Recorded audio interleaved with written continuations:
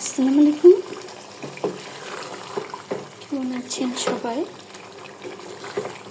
আপনাদেরকে দুপুরের শুভেচ্ছা জানাচ্ছি। জানেন, আজকে আমার ভীষণ ভালো লাগছে। কীভাবে দেখাবো, ছোট্ট একটা হাঁড়িতে আমি আজকে রান্না করছি। আমার মেয়ে আর আমি মিলে খাবো।